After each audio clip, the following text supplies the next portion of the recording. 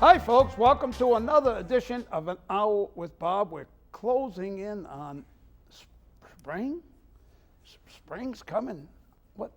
Here we are. It is June 4th, 2025. In a couple of weeks, it'll be the longest day of the year. The sun will be shining till about 8:30 at night. Years ago, I was dating this girl from Michigan, and we went to Lake Michigan, which is on the west coast of Michigan, and there's sand dunes there. It's awesome. 300 feet deep of sand. It looks like you're in the Sahara Desert, driving one of those buggies through the sand. It was cool.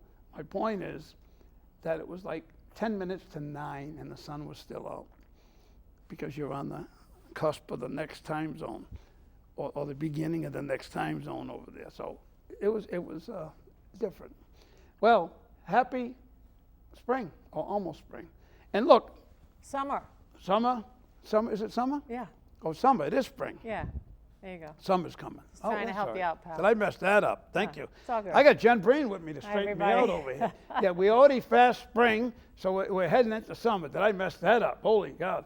So summer starts the 21st or 22nd of June? Yes, I think the 21st. 21st of June. I think so.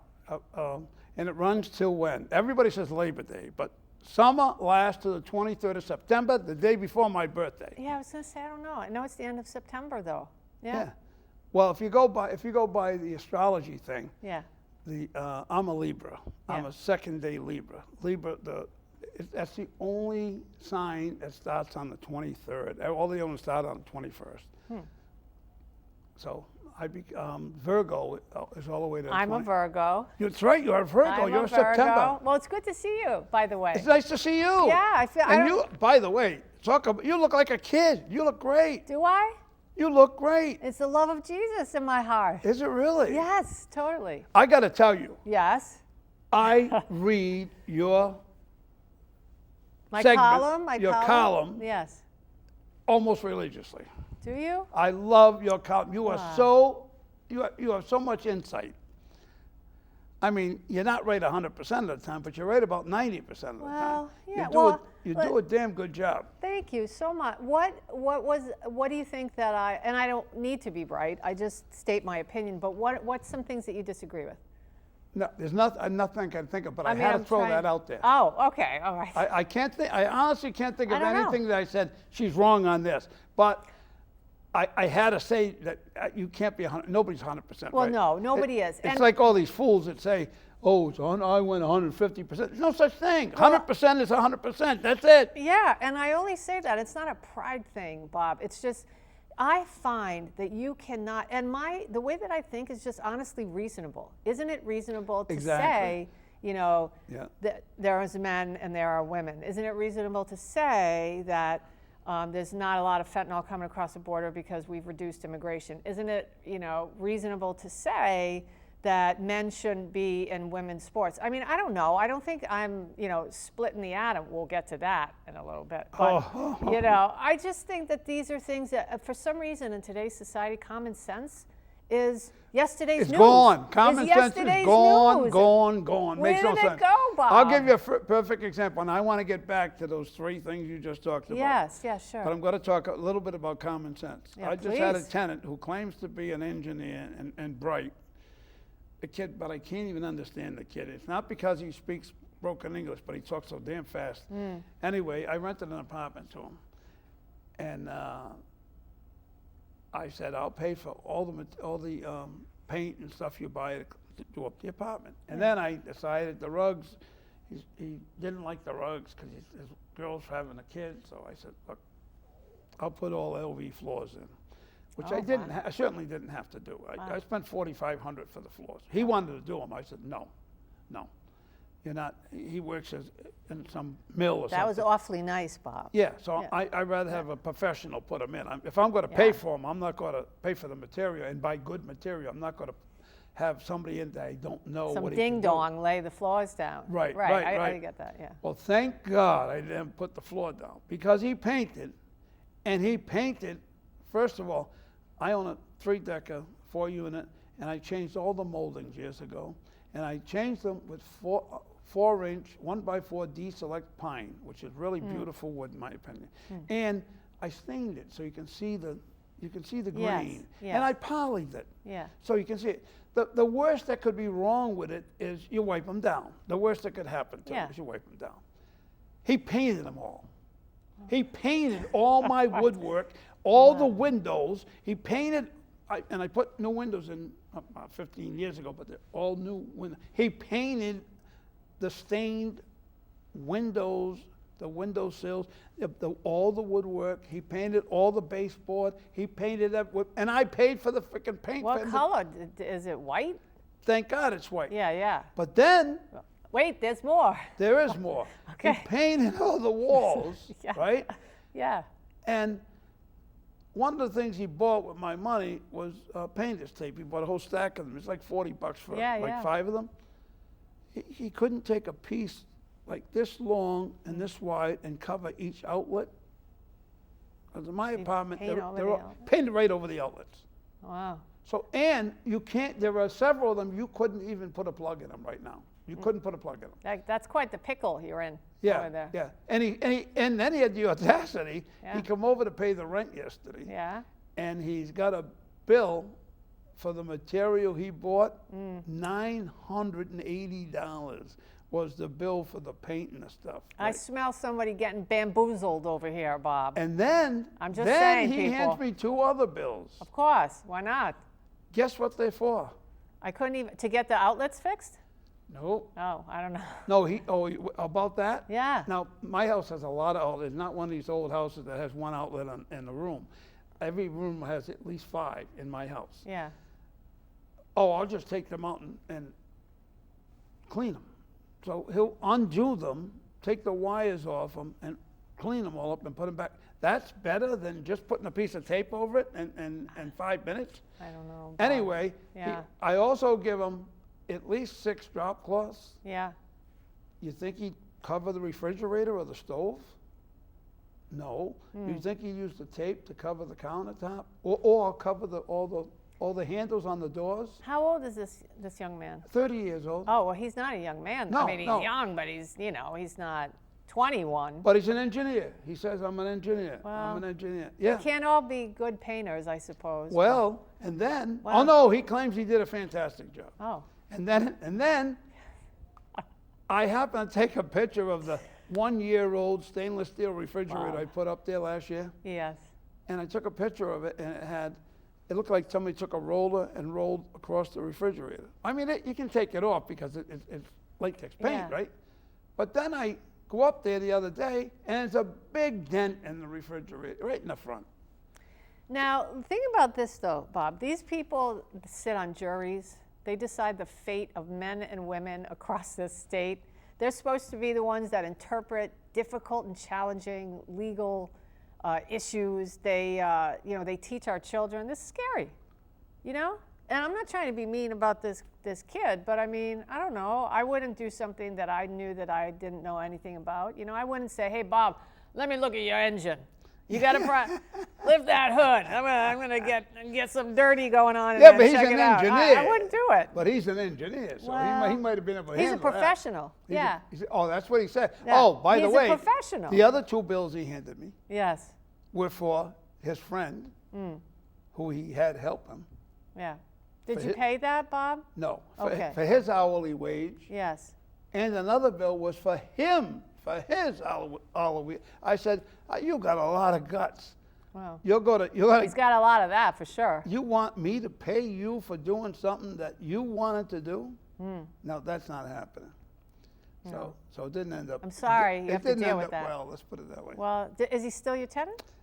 For a time being. For a time being? For the time Well. being. We'll see how it goes. Okay. I hope it goes well. I hope it gets better. Yeah. Yeah, maybe he should read my column. He should read your column. You gotta Let's get tell- back to your column. Well, tell all your friends to read my column.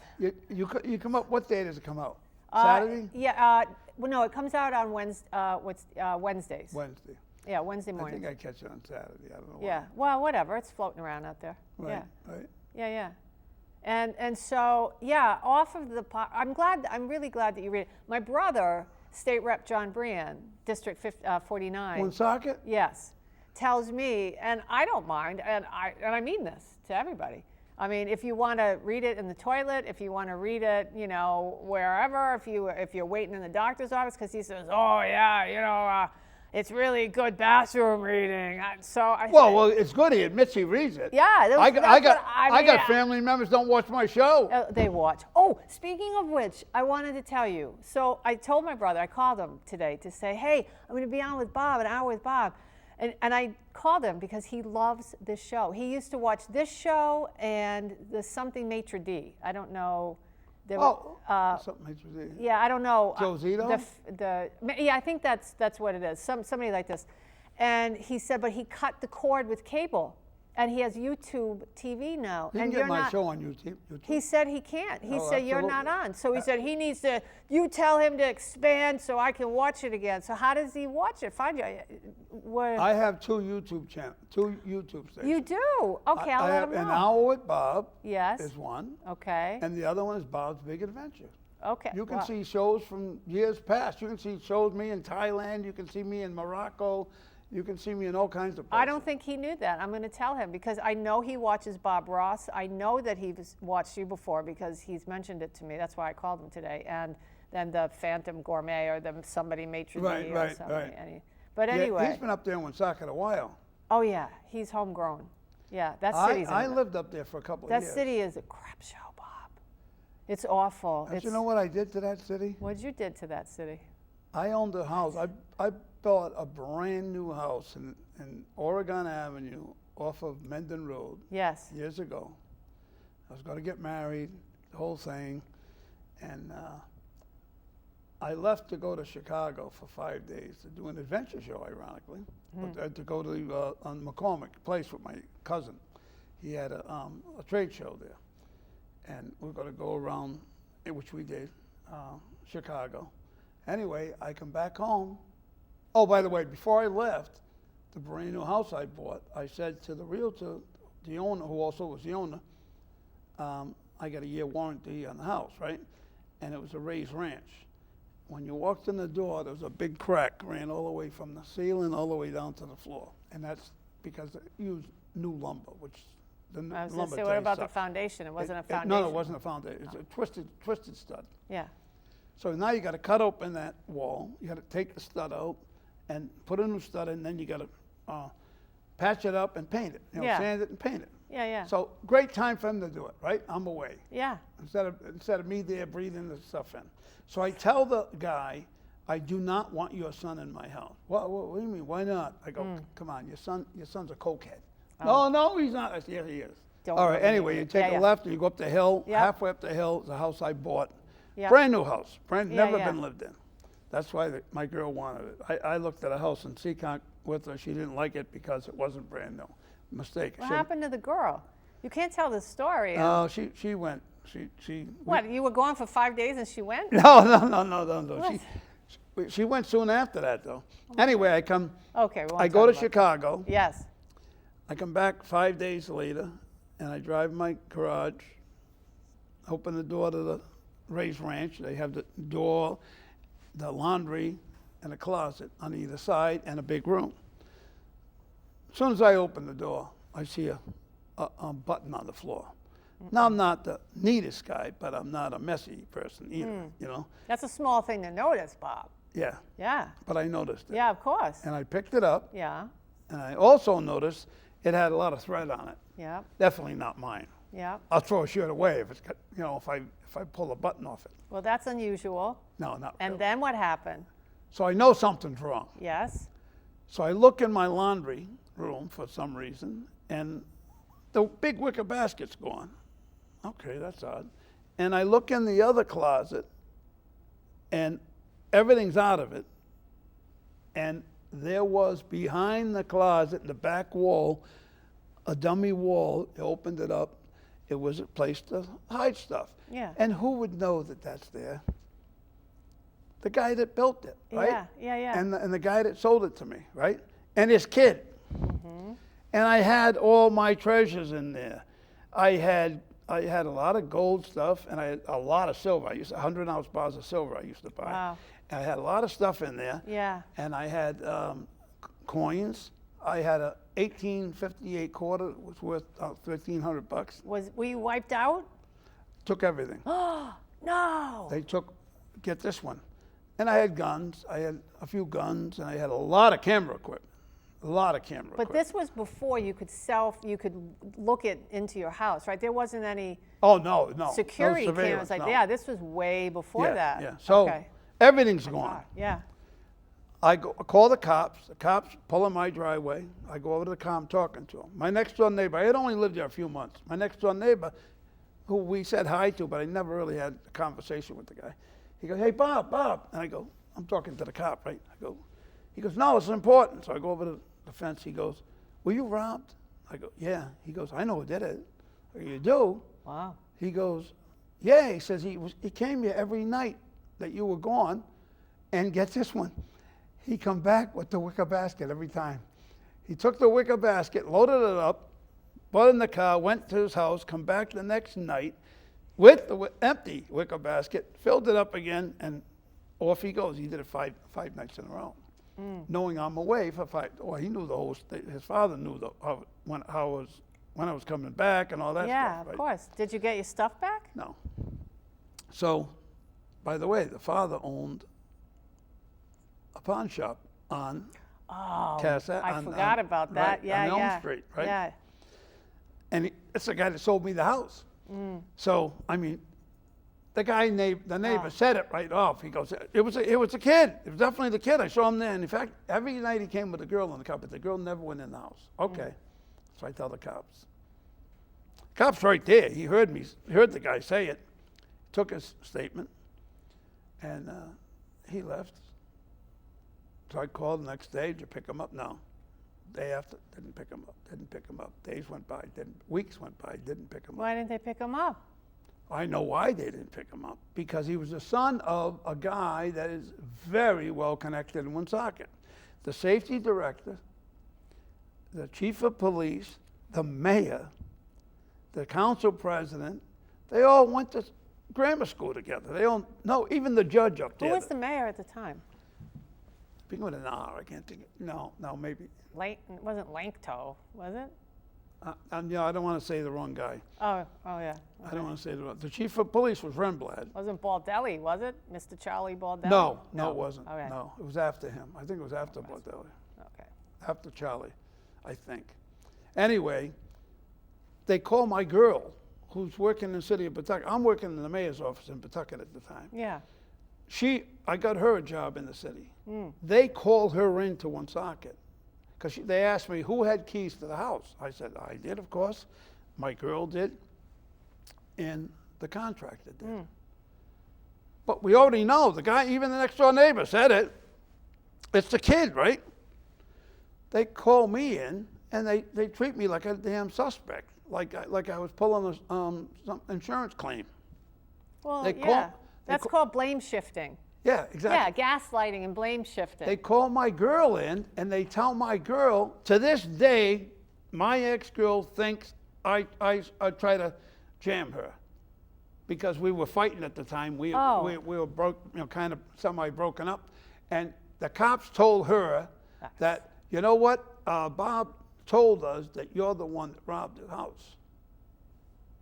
So to this day, she believes that. Well, just watch an episode of Law and Order. That's how they get you to confess. Well, so-and-so said, and then, you either admit it because you did it, or then you sit there and vehemently deny, I did not do this, I don't know what they're talking about. That's so she doesn't believe you. No. Well, it's a good thing you didn't get married. You're right. I'm just saying. You're right. You're absolutely right. Wasn't the one for you, So Bob. this happened in August. Yeah, so where's your stuff now? You didn't get your stuff So back? it goes on for months. Well, I'm jumping. About a week after, I'm complaining to I'm down the police station every day. How come this kid hasn't I been would picked up? be, yes. Why hasn't he been picked up? Yeah. That Saturday, I got a phone call from the, who's the head of the police and fire? The safety director, right? The safety director calls me on a Saturday morning. He goes, mentions his name. He says, you know who I am? I go, yeah. He goes, well, if you know what's good for you, just let it drop. I go, what? He goes, because you don't know who you're dealing with. I go, buddy, you don't know who you're dealing with. And I hang up. I called Jack White at home. Oh. Down the Cape. He lived down Jack the Cape White. at the time. That's serious. And I told him what was going on, what happened. He goes, said that to you? I go, yeah. So we met a few days later in a restaurant in Pawtucket, me and Jack, and had a cameraman there and camera on us while we were sitting in a pizza place. And he set up surveillance, and he caught on a Saturday at that, I told you, the store, the pawn shop? pawn shop. Yep. On a Saturday, he caught the chief of police hanging there on a Saturday. Wow. Not just going in there, but I mean hanging there. Yeah. And he found out that the guy that I said allegedly robbed my house, his father, and the guy, and the kid himself, I call him a kid, he was 29, bought this chief of police a gun that was all engraved, beautiful gun, and you know, in a box and the whole 9 yards. Gave it to him as a gift, you know, as a gift. So they wouldn't pick this kid up. They weren't picking this kid up. So this goes on for months. I get bent. I mean, I'm through the roof. But Jack calls me and he says, "Bob, you got to get out of there. I'm living there, but I own a house in Pawtucket too." He says, "You got to get out of there." I go, "What do you mean?" He goes, there was an undercover FBI agent working that area, and he stopped. He stopped. He said, "I can't do surveillance." He says, "I don't know who the good cops are and the bad cops are, or the good guys are and the bad guys." Yeah. He said, "It's too dangerous." And don't you know, it was that night or night after, I'm hearing a noise outside. It's like 2 o'clock in the morning. I look out the window, there's a cop car parked in my yard, sitting in my driveway. He backed into my driveway, and he's just in my driveway. What'd they want? Was that intimidation? Of course it was. Next day, I go to work in the morning. Cop follows me all the way to Cumberland, you know, on Mendon Roads. Follows me to Cumberland. That went on several times. Don't you know? I get really pissed. So finally, when somebody threatens me, I don't run from it. It emboldens riles you. me up. Of course it does, yeah. So I got a friend's Providence cop. I asked him to do me a favor. He was all for it. Comes dressed in his outfit, in his uniform. And we stand in the back of the room on the night of the council. I don't remember if it was a Monday night or Wednesday night or whatever night it was. And it's on TV. So I'm standing in the back, and somebody goes up, talks about the dog barking, talks about they need a stop sign in their area, all this kind of stuff. And then, there's a lull. And anybody else here and got something to say? I go, I do. And I go right up to the podium. And I look down, I don't even realize it at first. I'm there half an hour before I get up there. I don't realize it, but right below the podium, right below me is the safety director. The guy that threatened me is sitting right below me, right in front of me. Oh, by the way, I walked up to the podium, and I'm licensed to carry a gun, and I had a .44 Magnum, Dirty Harry gun, purposely sticking out of the bottom of the jacket, so people knew I had one. But it was them. I'm going back at them. Was what I was doing in my mind, and I'm furious that they never picked this kid up. I'm fighting with my girlfriend over what the cops did to her. And, I'm really pissed off at this whole group, especially. And when that guy threatened me, that's like the Fonz. Remember the Fonz? You couldn't threaten the Fonz. Well, I'm kind of that way. I really am. Yeah. And I get up to the podium, and the cop walks up with me, and I got the gun sitting there, not sticking out, but it's kind of, I got a gun. And I get to the podium, and I go, I want to know why this guy has not been picked up. And then I noticed the guy. I didn't notice him at first, the safety director. And I said, "Oh my God, look who's here. This is the guy that started it all for me. This is the guy that riled me up." He actually had the audacity to threaten me. You don't know who you're dealing with. Well, guess what? You know who you're dealing with now? You know, I look right at him, and he wouldn't even look at me. And the mayor gets up, and he gets up. I say, you sit down, you idiot. You don't even know what's going on in your own city. I mean, I went off on everybody. And all of a sudden, the chief of police, he's trying to scurry away. I go, where are you going? And I get on everybody. I just laid into everybody. It made the front page. It's a picture, the whole top section of the front page. It said, Venturini gets fed up at the city council meeting. Well, was it resolved after that? He finally got, the grand jury indicted him. Okay. Right? Yeah. We go to court in Providence. He's going to court, 6th district, whatever it is, 6th district, I guess. And there's another case before us. So I go downstairs. You ever been in the building? You go on Benefit Street, you're on the 3rd floor. If you go on South Main, you're on the 1st floor. So you think you're on the 1st floor when you're on Benefit, but you're only on the 3rd. So I go down and I get a water, right? There was a break. As I'm coming back, I get in the elevator. Those doors almost closing. Hand comes in, door opens. It's one of the other people from Woonsocket. It's the judge up there who was the lawyer for this kid.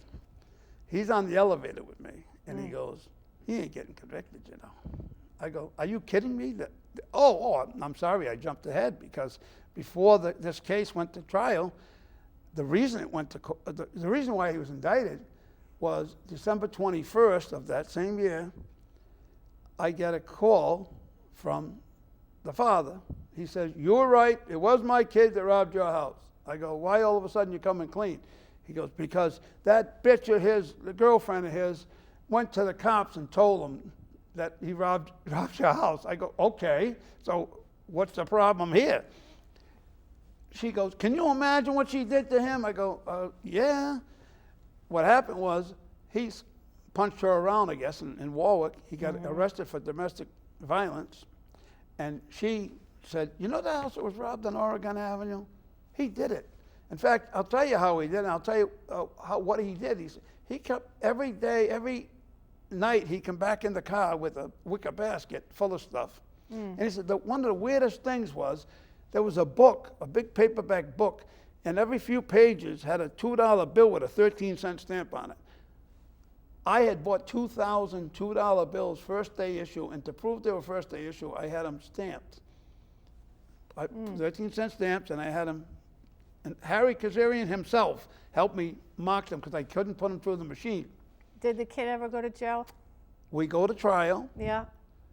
The guy tells me he ain't going to get convicted. Yeah. The trial's about to begin, and the judge goes, where's the evidence? And the cop, one of the sergeants goes, we can't find the file.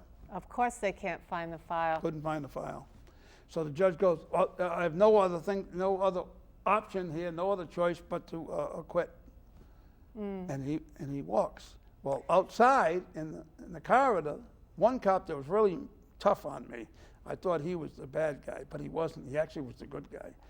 He went fisticuffs with another sergeant in the hallway who was the bad guy in that thing. And that was, by the way, that went on the same time as the Beaver Tempest thing. Do you remember that? Yeah, yeah. When, for those of you that don't know, Beaver Tempest was a cop was involved in killing a girl and maiming another one, right? Bob, yes.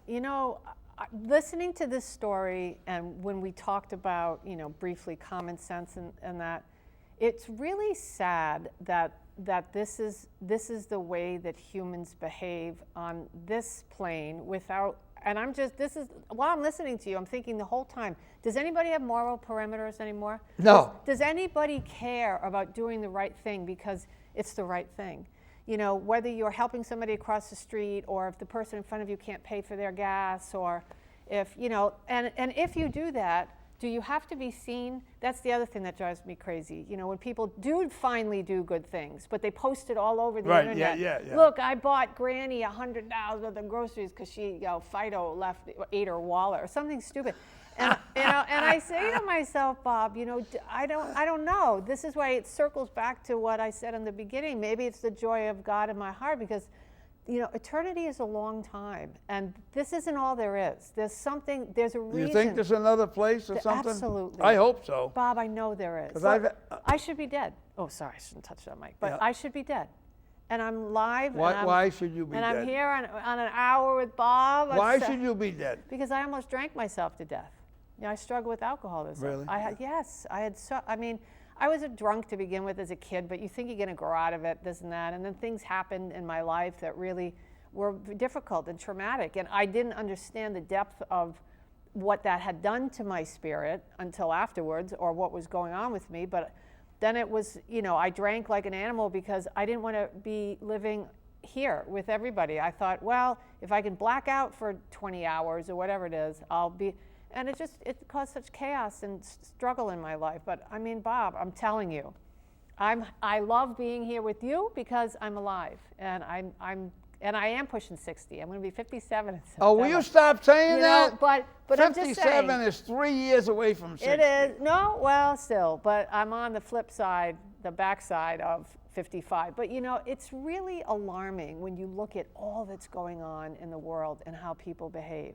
And how they just don't have any thought of... Well, first of all, they don't have a moral compass. Well, that's why. Because they're devoid of something that's really important for our human experience, a spiritual base. And if you don't have that, then what are you running on? Hedonism?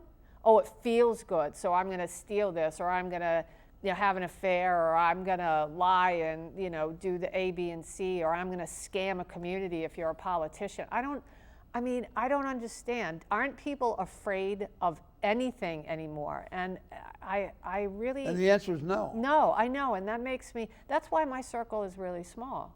That's why I keep to myself, and I do the things that make me happy. And I'm sorry that you have so many jerks around you, it seems like. So many what? Jerks. You just... Oh, yeah. you have people that come in your life and I think it's because you're a nice guy. And people these days, when they see a nice person... Oh, they take advantage of right it. away. No It's doubt. not, wow, that's a valuable person that I can take along with me as I forge my path on my journey. And that's really something that I'm going to utilize. And I don't mean that I'm going to use you, but I mean I'm going to spend time or talk or bounce ideas off of, or earn trust. Or no, they see you, and then they what can I get from them? What can I get from them? Right. And Bob, it's sad, but that's why you gotta know who your squad is. You gotta... Well, it's tough to know, though. I mean, I met this guy, he's an electrician, he's a perfect example. He was doing work for me. He worked on 3 different houses for me, $50 an hour under the table. Great, right? All of a sudden, I give him a big job. He comes with 3 other guys.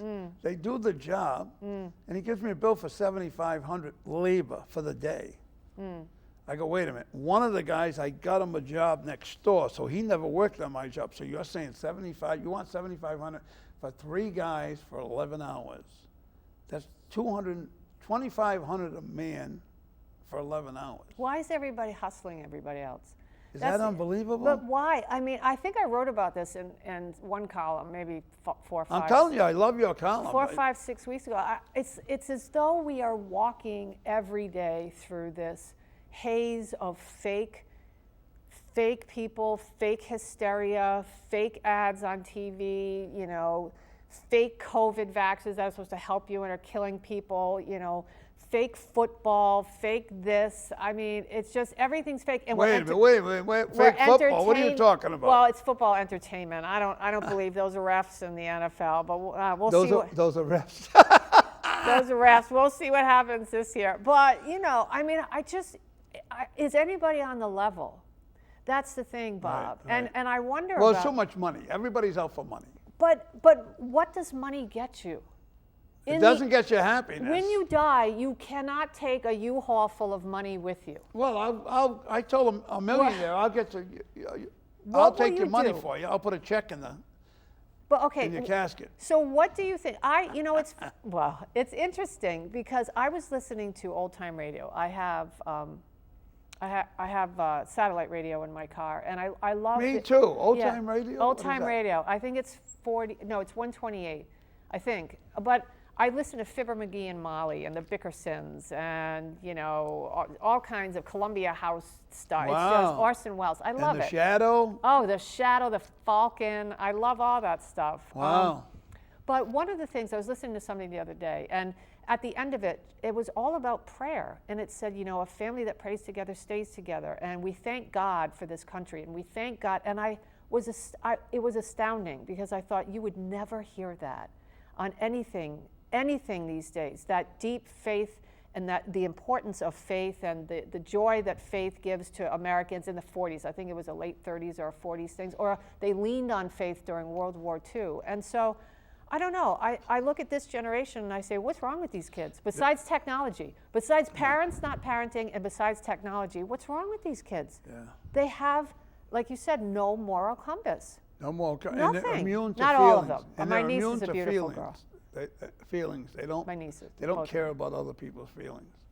But okay, but that's, while you're right, it's systemic. There's no doubt about that. How are we going to fix it? What are we going to do? The #1 show a few years ago in America was called Lucifer. You know? Yes, yeah. I mean, that's pretty. What does that tell you? I mean, people are, you know. Or Dexter. Yeah. Oh Another my one. God, I Another know. one. You know, we can talk about, is it Cardi B that had some song that was so just grossly appropriate to play on the radio, but we can't play Baby It's Cold Outside, you know, because people insinuate that that's date rape. I mean, what happened to all of us? What do you mean they insinuate it, baby, it's cold outside? You know that old song of DMR? A lot of people have covered it. Baby, it's cold Yeah, outside. yeah. Yeah. So years ago, there was this big hullabaloo over the song because somebody, I don't know who the heck started this, said that the song really is about drugging a woman and getting her to bed the guy at the end. When we all know that have minds and can think, they're playing off of each other. Back in the day, a woman couldn't say, I want you. I'm going to spend the night with you. You had to be proper. You had to do it the right way. You had to be courted. You had to be married. It was, you know, however it was. So, but in 2015, people started saying, it's date rape. That song's, so they stopped playing it. And they, you know, they talked about it and wrote about it. But they can say, these rappers can say all kinds of But stuff. Cardi B can talk about her private parts in really, you know, extreme ways and have that play on, I don't think it was 92 Pro FM, but maybe Hot 106 or one of these, and that's okay. So I think that, you know, we send mixed messages as a society, and I don't know how we're going to find ourselves again, Bob, without going back to God. You're looking at me like, what the hell are you talking about? But, you know, I'm just basically saying all the story you told us. When I come here, if I had one thing to say that I think is really important today, is people need to find themselves spiritually again, somehow. Right. They need to tap into that, whether you begin that by going out in nature and unplugging. Unplug. Do you know what that does to you? That's important. Do you know what that does to you? Do you know what that does to you when you unplug and go for a walk? And just play with your dog? I can't stand seeing people, they're walking their dogs or And they're on the or phone. on a bicycle. They're on a bike on the sidewalk, riding. What are you doing? Like, who are you? You're not that important. I mean, what are you? Oh, I know. Exactly. What are you doing? Exactly. I just That goes back to the time when people had pages. People, you need everybody God. wanted a Find pager. God. Find God, please. Yeah. But I write about, so I also mention that because I just want to kind of warn people. I do write, that's the place that I come from. So those are the things that I believe, and I write about that a lot. I write about. You do a very good job. But I try to write as though I'm talking to you. You do, You know? and that's the way it comes across. I hope so. Oh, So it it's does. for the everyman. It's not just Oh, here, for. where's By the my- way, I have a where's my podcast phone? too. Huh? Have you seen that, my podcast? No. Yeah. You know, how do you do a podcast? I always want to do a podcast. Bob, I'm telling you, it's a different animal. I hate being on camera. This is different because we're talking and I like you and you're fun, you know. But when you have those Cindy Brady moments, the light goes on, and you see the red light and it's just you. And Well, you're supposed to be looking at me Hey! anyway. You're not supposed to be looking at the I know, but I'm pretending I'm on a I podcast. know, So, yeah. and then it's, okay, hi, I'm Jen, and here we are on the, it's so awkward. And Now, really. you do that alone? I do. And I suck. The first few episodes really suck. Really? Yeah, but I think they're sucking less. So I hope. Now, where do you get them put on? Where do they I hope go? people tune in. So I had to buy all the equipment, and I actually do it from my spare bedroom. Yep. Yeah, and so I have a big banner behind me with my logo, and I'm cramped into this tiny spot with the camera on my computer, and it looks like, there's a big open space, kind of, but it's not. I'm literally in a space the size of this chair with my banner, and then I talk. Yep. Now, what does your banner say? Just your name? It says Splitting the Atom. That's the name of my show with Jen Brien, and it's got a guy whose head is exploding in the corner. Oh. Yeah, okay. yeah. Because that's the thing. I'll talk about anything. I'll talk about Cardi B. I'll talk about God. I'll talk about Bob's big adventure, An Hour with Bob. I'll talk about Governor McKee. Actually thinks he's going to win another election at 19%, but that's all I have to say about that. What you're thinking? The polls, you say, have him at 19%? 19% approval rate. And you think he's going to win again? I don't think the man's going to win again. What is the man? man? Oh, you don't think he's going to win? Bob, what is our governor? He is a talking point. He gets faxes.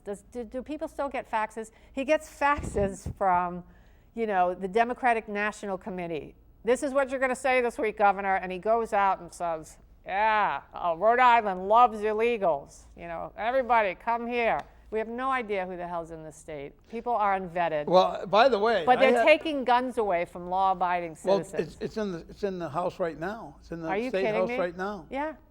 We're going to take guns away from Bob, but we're going to let unvetted, uninoculated. Right. We have no idea who's in this state. Just come on in, Yep. and we're going to give you everything.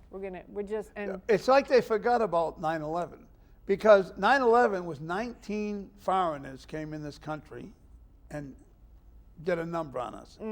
Now they're letting thousands upon thousands of people, or they had. I was going to say, they shut the spigot off. Yeah, hundreds of thousands, millions come across the border. Millions. Come across the border. You have no idea who they are, where they're from, and they're not just from Central and South America.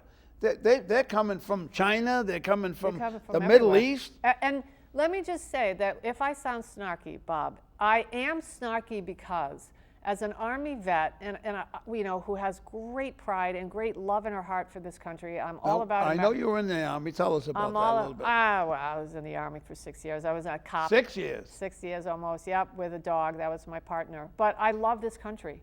And I don't know do you know one person that says, I don't want immigration. I don't want immigration. We just want to be white America, mostly. We want to maintain power. Who says that? Nobody. What everybody just want control. But that's what the left says Right. that we say. Right. What we say is just vet.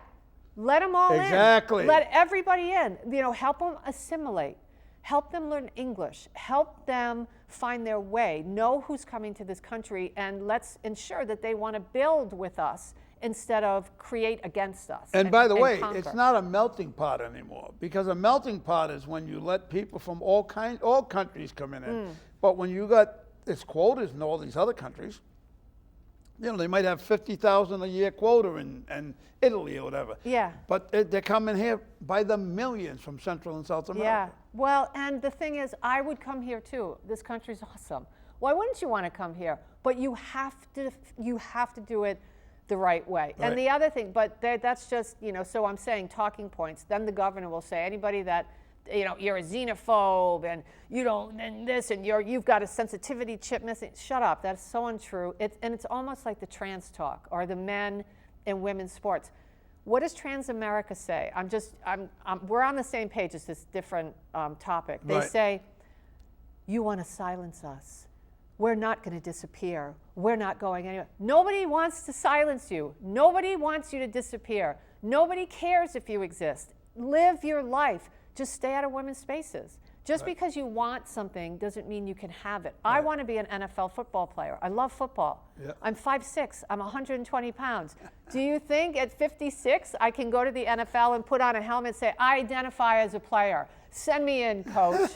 It's not going to happen. So, I'm just saying. And it's, by the way, it's totally unfair. Look at what happened Yes. in women's Yes. swimming. Yes. With this guy who was not even a great swimmer, but he was better than the girls. Well, that's the other thing. Why don't you see women infiltrating men's sports? Because men have a biological advantage. Right. This whole conversation just drives me bananas because it's so crazy. But what really drives me crazy about it is not that men participate, is that where are the women all across the world? Where are the parents? There is not a massive outrage Right. in Washington, on the monument. It's just people like me and a few others and my brother, and they'll say, things that sound harsh because we're supposed to tiptoe around, Phil Shea? untrue. What's that? What would you say, Phil Shea? No, my brother. I said, Yeah, people, I thought you threw another name out there. No, 'Cause I don't went to know. school with a Phil Shea. No. That's why I said that. but why are people so afraid to say anything? Why do they deliberately Because they're believe? afraid of the wolf thing there, the whole... What are they afraid of? They deliberately believe lies that they know. Because right away, like you said already about the immigrants, I'm totally against open borders. Bob, 80% of America is for open borders. Now's the time to speak up. 40% of Rhode Islanders voted for Wait, Donald Trump. You said 80% are for open borders? Oh, no. All right, against? 80% are for closed borders. Did I Closed say open? borders. I'm sorry, Yeah, you pardon said me. open borders. And 40% of Rhode Island voted for Donald Trump. Right. When are people going to... 40%, that's astounding. For a strong Democratic state like this state, the Democrats blew it for themselves. They really blew it this time. Governor Garrahy is gone. There will never be another Governor Garrahy. Right, yeah. That party is dead. The party that is infiltrating the Democratic, those people that are infiltrating, they're Marxists and they're communists, and it's dangerous. And I mean, they'll say, you sound like a lunatic. Really? I do? Do some research. Do some research. Just don't listen to what people tell you. Do your own damn research. Stop being lazy and a robot and get up off that couch, and don't just Google something. Because when you Google, there's going to be an algorithm that's going to send you to what they programmed it to tell you. So go to different sources and match and talk to others, I mean, that's another reason why my circle's so small. I don't have time for stupidity. Do you know that? I don't. Yeah. I don't have time for people that say, I had somebody say this to me the other day at the gym. I said, do you know, we were talking and something about the Jewish community that's being just, destroyed by the media, by young people on campuses all over the country, and I said, Auschwitz, and what happened during that time? What happened? This person said to me. I said, Really? I'm done with you. Yeah. I said, you never heard of Dachau? Well, they're young? They must have been young. 30 years old. 30 years old, has no idea what happened to Jewish, community during the Second World War. But anyway, Bob, I'm getting a little intense on you. No, I want you to. I just have a lot to say. So that's why that's why you're here. That's why I toil away That's why you're here. on Tuesday nights with my glasses in the dark, with a lamp of oil, and I just type And that's it. that's what you do? Yes. To put it together? Yes. You do some great stuff. You really do. You're so nice, Bob. Thank you. Now, how do people get that? How do people find that? Rhode Island News Today. Rhode Island News Today. And it's RhodeIslandNewsToday.com. You can check it out. It's there every Wednesday, and all the other stuff that I wrote, I get it all the time. Let's see. It's on demand. And, on demand? I just, I hope that I'm an everybody voice. The thing that I also try not to do is I can't stand when you listen to somebody talk, and my brother, we were laughing. I said, I don't dumb it down, but it's like if I was having an egg salad sandwich and we were out to lunch at a diner, that's who I'm talking to. I don't want to hear somebody use be verbose and say, well, it's just pearl clutching and cosplay, and and people use all this lingo and these big words about easy things, and all you have to say is they lied. We were wrong. They lied. Yeah. Just that. But people dance around it to try to sound smart. And, the other thing that I wrote about this week, and I just want to get this off my chest, that Angel Reese, everything that's going on with Caitlin Clark in the WNBA is so awful. And, What do you mean? It's not even reverse discrimination, Right. Bob. It's discrimination. They don't like her because she's white. Right. but they want her there because she's elevating. She's making money for them. Yes, she's making elevating. all of them a lot she's more elevating money. the game, and she's making it legitimate. And so, I mean, But they resent her. they resent her because of the color of her skin. Right. And they pummel her to death out there. And this Angel Reese, who keeps saying, twice now, she said, there are racist attacks against me, specifically from Caitlin Clark's fans, the Fever fans, Indiana Fever fans. And it was a lie. There was not one shred of evidence to bolster that claim. But where's the media to say, white people didn't behave that way? We are constantly. That goes all the way back. I can't stand it. It goes all the way back, in my opinion, Yeah. to, what was his name, the Greek? Yeah, the sportscaster back in the day. He got nailed and he got destroyed. What the hell's his first name? The Greek. He was a sports guy, and he said something derogatory about was blacks. it not Bob? Not Bob Cosell? No, his name is Greek. Not Jimmy the Greek? Jimmy the Greek. Oh, all right. Jimmy the Greek. Is that who it was? Cosell? Is that He said something. Oh, Howard Cosell said something Howard too. Cosell. Okay. Howard Cosell. Yeah, he said something too during a football game. Okay, I didn't. Yeah, the guy running or something. He said a black man running or something ran faster than anybody or something. Bob, do you see racism in your neighborhood? Like, this is what happens with racism. I'm one of the few white people in my neighborhood. But we're told it exists, and we're told how it exists. And by the way, we're told who's doing it. In my opinion, there's more racism on the other side than there is on my side. But let's talk about it as a whole. Yes, I asked a friend of mine who's black some months ago. I said, "Do you think black people can be racist?" She didn't agree with that. So we had an. She didn't agree with that? She was like, "No, they're just responding to what's been going on and done to them." But we had a really good conversation about it, and I appreciated her honesty. Now I spoke with somebody last week on my podcast, C.L. Brien, who said, I'm a black man. I lived through the 60s. I remember using a water fountain that said colored only. Right. I had to sit in a certain section. I had to sit in the back of the bus. He said, when I see racism? Oh, I loved it. He said, when I turn on my TV. He said, when they tell me that there's racism out there, when they tell me, try to show us what racism looks like. So anyway, I have a gift for you. I know it's almost time to wrap up because I saw you look over at your guy. So I brought you something. You did? Yeah, because I think it's really important that we keep our brains working well. So I wanted to give you this, and it's the 50th anniversary of Rubik's Cube.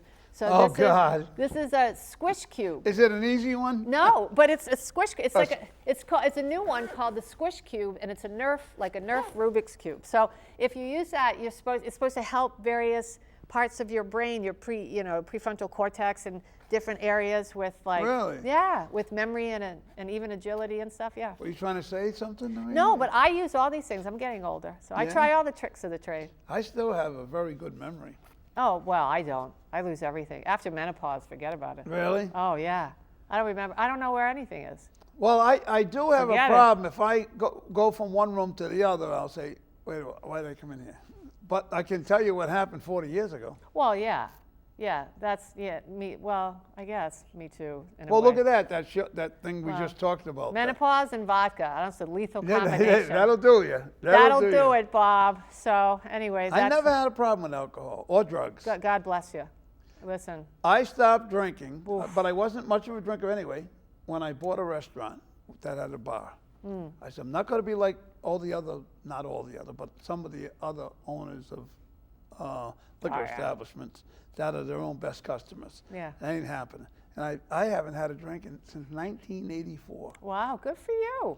And people see me, at a place, and I order water or juice or something. They think I'm in AA or something. I said, no, I just quit. You're a smart man. I just said, I'm done, it's done. And that's the same way I quit smoking. I just done. Wow. Yeah, those cigarettes, that's brutal. Yeah. I used to smoke when I was in the service. But I don't know why I did it.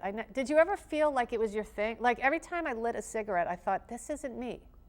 This isn't who I am. Hanging it out, flicking your ash out. And I smoked Pall Mall Reds. I smoked Pall Mall Reds. Why? Pall Mall was like smoking nothing. What? Tobacco. Yeah, but Marlboro There's no filter. Red, Marlboro, yeah, but I ended up my last smoke if you're was gonna Marlboro. smoke, you do it right. Marlboro's a Chesterfield. Well, wait a minute. No, Marlboro's a filter. Chesterfield's not. Yes. I smoked Pall Malls, and when I couldn't find Pall Malls, I smoked Camels and Lucky Strikes and Oh, wow. Chesterfields. Wow. All the non-filter cigarettes. I used to say, "Oh, you sissy, you're smoking a filter cigarette." By the way, a little kid could get a Pall Mall and chew it and would get sick. If they got a Marlboro and chewed it, they could die. Oh, wow. Yeah. I didn't know that. Yeah, the filter could kill them. Oh, the filter. Yeah. Not the tobacco, the filter. filter. Wow. Yeah. I didn't know chewing that. the filter. A little kid could die from the filter. They wouldn't die from the Pall Mall, but they die from the Marlboro. A little fact. What are your last thoughts? What advice would you give to this generation, Bob? Wake up. Wake up? And go to work. And go to work. Do something with your life.